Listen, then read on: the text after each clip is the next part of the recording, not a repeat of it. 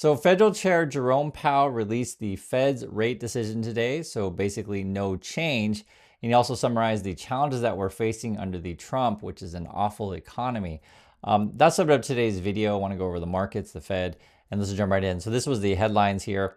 The Fed braces for higher inflation amid economic uncertainty. And the Fed doesn't talk directly about Trump, doesn't mention his name, but he does mention what Trump is up to. And I'll show you what I'm talking about here. So for example, Powell speaking at a press conference following the Federal Open Market Committee rate decision emphasized high level of uncertainty, right? And you guys know this, under Trump, he changed his mind basically every other day. You're like, okay, I'm going to do this, I'm going to do that. Tariffs are here, tariffs are there. And it's hard for people to set their policy. It's hard for businesses to make future plans. It's hard for people to know what's going on because it changes so often and so frequently. You also have this. So it says high level of uncertainty facing the economy, but was much more certain about the specific inflation risk. So what is that risk? Everyone that I know is forecasting a meaningful increase in inflation in coming months from tariffs. We have to take that in account. So of course the tariffs are increasing, right? The uncertainty because they keep changing. Plus it's going to raise costs for you and then hence inflation. On top of that, the plan is from the Trump people is we're going to use all this tariff money. We're going to invest it in AI, give it all to Elon Musk, and then AI is essentially going to take your job. Like none of this stuff really makes sense or is sustainable. This is what Amazon CEO, I mentioned to you guys before, I'll show it to you again, just make sure it's clear. Amazon CEO says AI will lead to smaller workforce. So basically your job will be obsolete according to Amazon CEO.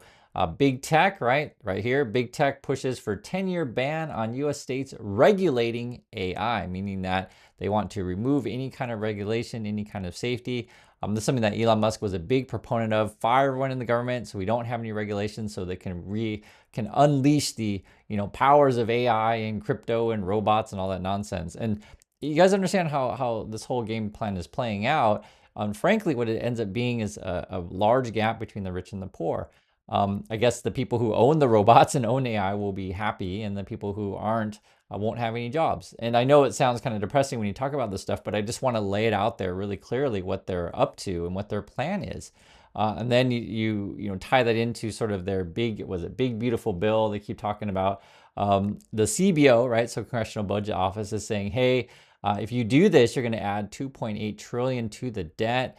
The forecasts are all the same on this stuff. You're looking at slow growth. Even the Fed is saying that. The Fed's projections today were even worse than other projections that I'd seen. I think the Fed was saying 1.4% growth, which is not great at all.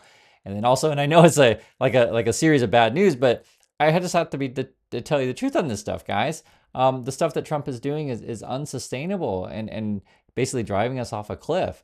You can look at this. Social Security recipients will be paid just 81% of their benefit in 2034. Now, these numbers keep changing, right? They change on which year Social Security will start to have to either cut benefits or something of that nature because the money isn't there. The money won't be coming in. And in my opinion, if you're a serious candidate or a serious politician, you need to address things that people really care about.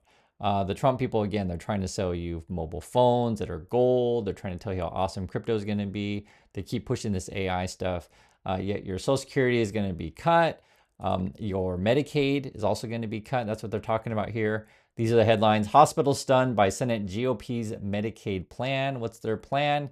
Cut your Medicaid, right? So you're looking at less Social Security, less Medicaid, less support and services you need. And you're looking at more support and services for Elon Musk and the other billionaires. And this is how lopsided and ridiculous this stuff is. And that's why the Trump people try to get you distracted on, guys, just think about going to war in Iran because Iran's going to hurt us every day and Israel's our buddy. Let's send all our money to Israel and go fight Iran. Like, I just want to sit down and just tell you guys the truth about this stuff. I mean, they want to cut your Medicaid. The education is not important to these people. And then they're talking about, hey, we're going to just make it so the whole world is so awesome for rich people. These are the sort of numbers. And that's why I want to show you, back it up with some facts here. This comes from Bloomberg today. Big spenders have banks raising prices, perks on premium cards. And this is actually an interesting one. Basically, the U.S. economy, and not just USA, but many modern countries, or you could say developed countries out there is a better word to say it, much of the economy becomes consumption, right? It's all about people buying stuff. And if you look at this chart here, this is a really fascinating chart. So basically the way you read this, you have the black line, the pink line, and the yellow line. And it's the top 10%, so that's the black line at the top, make up about 50% of the consumers these days, right? So it says America's wealthiest are driving consumer spending. So, top 10%, like much of the market out there. So that's why many of these products are unaffordable. They're only, many companies, and you talk about housing, cars, or whatever, they're only catering to the wealthiest people because the wealthiest people make up much of the spending, like about 50%. You can see it right there. And then sort of the bottom 60% make up about 20% of consumer spending. And then you got the sort of the middle range, 60 to 90%, right? Make up about 30% of the consumer spending. So you can see it all right there. On top of that, guys, I see it, and I'm sure you see it as well. For me, when I look at these kind of prices, so, say average price of a new car in USA is 50K, which is, it's insane. It's insane. This whole thing's insane. I look at average price of house in the USA, it's like 500K. And a lot of it, again, is built on, many companies are like, okay, if I want to drive up profits, if I want my stock to soar, right, I got to make products that cater to the top 10%. So I'm going to make these 100K SUVs, et cetera, and it drives the average price of cars to insane levels, like 50K for a car is nuts. And then on top of that, right, housing companies are like, wow, the best way to make profits is to build these, luxury homes, et cetera. But who has money for this stuff? This is something else that just came out today, because our system is it's lopsided and unsustainable. And that's why I'm showing you all this stuff at the same time. U.S. housing construction falls to 5-year low as tariffs weigh on sector. And this is a really complicated issue. I understand that the Trump people, they keep telling you they're all going to go back to your factory jobs, and I guess maybe you're all going to be, in construction, et cetera. I really question if Americans want to do these kind of jobs. And this has been, something that's been happening for several years. Someone wrote a comment about this, and I actually want to read their comment because I actually have direct experiences with this also. And we'll go through it because we're talking about construction and also people who work in construction. It says here, Claire says, love your content, but must say in the 1980s, I had family members who worked in construction making $15 to $20 an hour. And actually, I remember this period, and it's because I worked in construction also, so I would agree that it was something in this nature. All at once, those jobs were taken by immigrants who were willing to work for $3 an hour. I blame, and it might be a little bit higher than that, maybe $3 to $5, but I get the point though. I agree. I blame the contractors for being cheap, but also many immigrant workers had no experience in construction and created dangerous conditions, i.e. not knowing how nail guns work, not understanding building codes, etc. I watched an entire generation of American workers were disenfranchised. Again, I blame the contractors wanting to make a bigger profit and not caring about the quality of work. And Claire, this is actually, you honestly hit the nail on the head. I remember this period extensively, the 80s, 90s. This was my childhood essentially, and I used to hear the talk. And it gets more complicated because ultimately a lot of people just don't want to go into construction. Okay, so there's that. And from the contractor's point of view, they're just like, well, I have this workforce. They're completely untrained. Talking about immigrants, say just walking across the border, that kind of worker.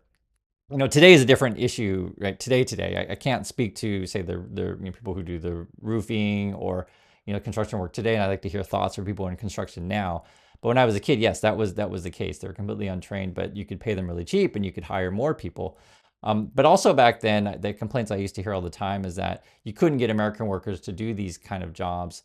They would often show up late, they were on drugs, and they didn't care about the quality of work. So honestly, it wasn't like that much different than, say, the immigrant workers that you would bring in. But to be fair, there was a generation that were older and more trained, and that's sort of what I grew up around, to be perfectly frank, that took pride in their work. And that's something that I think, in my opinion, America has lost, where people, show up to work and you take pride in the work that you do. You care about craftsmanship, and you want to, do an honest day's work. And honestly, like, there's nothing wrong with construction work. There's nothing wrong with being a plumber, a carpenter, a sheetrocker. I worked in insulation. There's nothing wrong with these jobs. They're honest jobs. And even today, like, for example, if a kid said, Chris, I'm not really, interested in going to college. I want to do something with my hands. I completely understand. I completely understand. I think there's nothing wrong with, like, you can go into HVAC, maybe solar panel installation. I think car repair is always going to be a job forever. I don't think we're going to, like, stop fixing stuff.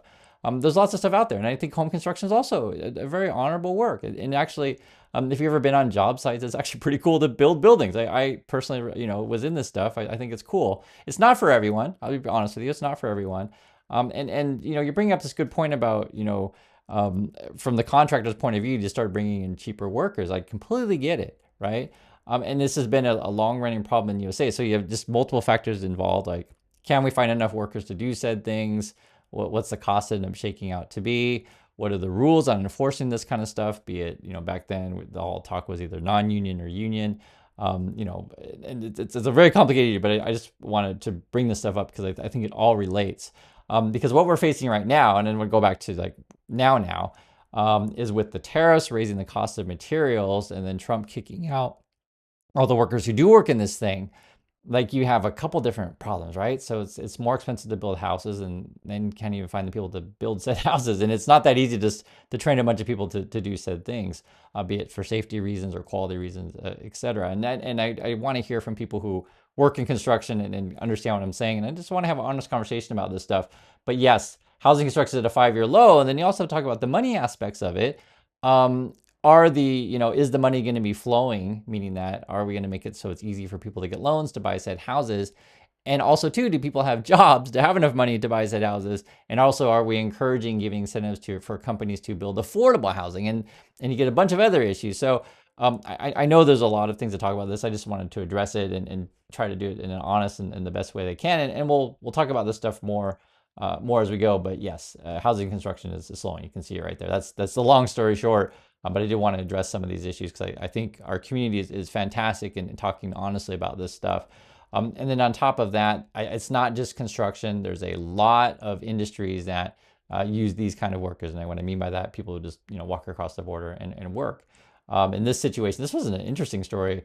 It says ICE detains 84 at Louisiana racetrack as workplace raids continue at a racetrack. And what kind of jobs would these people do at racetracks? Well, they take care of the horses. I'm not really a racetrack kind of guy. We actually have a racetrack here in Busan. I don't know who does the stables and stuff like that, but I guess at least in Louisiana, this one, they said it's immigrant workers. I'll read a bit so you just get a sense of what this is. It says President Donald Trump has wavered in the past week about pressing his commitment to immigrant raids at work sites, but that isn't stopping enforcement officers from going after unauthorized immigrants at work. This is ICE, so U.S. Immigration Customs Enforcement, led an immigration raid on Tuesday that detained 84 people at Delta Downs. So if you guys are familiar where this is, you can let me know. It's called Delta Downs. It's a hotel, casino, and racetrack near Vinton, Louisiana. The operation focused on workers in stables at the racetrack and those who help care for the thoroughbred horses. So these kind of workers are all throughout our economy in any number of ways. It's not something we talk about very often, very much on the channel at all, is the racetracks, but it's going to be a lot of business like this are going to be affected. And what this ends up going to be doing is, like, there's going to be a lot of companies that will probably be short on workers. I just don't think there's enough Americans that are going to want to do this kind of work. And the pay is probably not going to be good for this kind of stuff.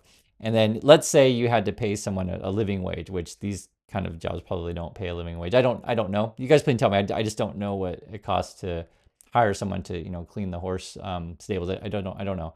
But it'll probably mess up the books of all of these kind of businesses. And also, and I've mentioned several times on the channel, if we were serious about doing something about illegal immigration, we would come down a little bit harder, or a lot harder, however you want to say it, on companies that do hire illegal immigrants. So I have no problem talking openly about this stuff. Yes, if you want to have a more fair society, right, pay fair wages. And this is something that I think sort of on the top end, and this is, you can talk about any number of businesses where, and this is a situation like a casino, but if you want to talk more like the tech business or Elon Musk, like Musk will get crazy salaries. His pay package, they were talking about, like, was it $56 billion that we're talking about, like a ludicrous amount of pay package compared to like your average worker in USA gets paid like 50K, and it's probably the same at Tesla, something like that. Like it's peanuts compared to what Musk makes.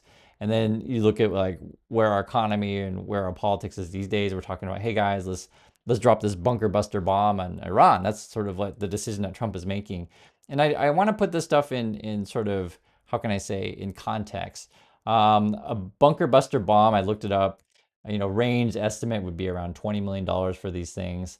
The bomber used to drop said bomb, the B-2, these things aren't cheap. They're 2.1 billion each. They're quite a lot of money. And to put this into perspective, if you wanted to build up the USA, just perspective, there's lots of different ways you can think about it, but which would you rather have? Do you want to have more B-2 bombers, or do you want to build high schools? And I'm using the high school example. I thought was an interesting one. I don't usually look up the cost of high school, and I want to hear in your neck of the woods how much a high school costs. But typically, I just did a quick Google search.